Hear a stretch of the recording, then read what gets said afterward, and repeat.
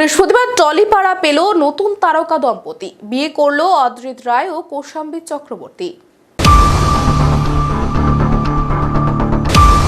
অপেক্ষার অবসান। বৃহস্পতিবার সন্ধ্যায় 7 পাকে বাধা পড়লেন টলিপাড়ার অভিনেতা অদ্রিত রায় ও কৌশাম্বী চক্রবর্তী।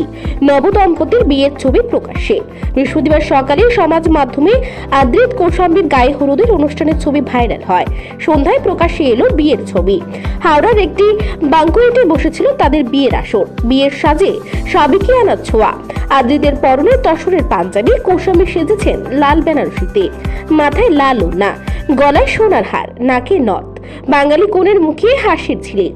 অদ্রিত বা কৌশাম্বী শুরু থেকে নিজেদের সম্পর্ক নিয়ে প্রকাশ্যে খুব একটা মুখ খোলেননি। চলতি বছরের 1 জানুয়ারি কৌশাম্বী প্রথম দুজনের একসঙ্গে তোলা একটি ছবি সমাজ মাধ্যমে পোস্ট করেন, সঙ্গে নতুন বছরের শুভেচ্ছা জানান। তারপরে টলিপাড়া দুজনের সম্পর্ক নিয়ে গুঞ্জন শুরু হয়। এই ছবিতে অনুরাগীদের একাংশ যুগলের তরফে সম্পর্ক শিলমুখর বলেই ধরে নেন। গত মাস টলিপাড়া তাদের বিয়ের খবর ছড়ায়।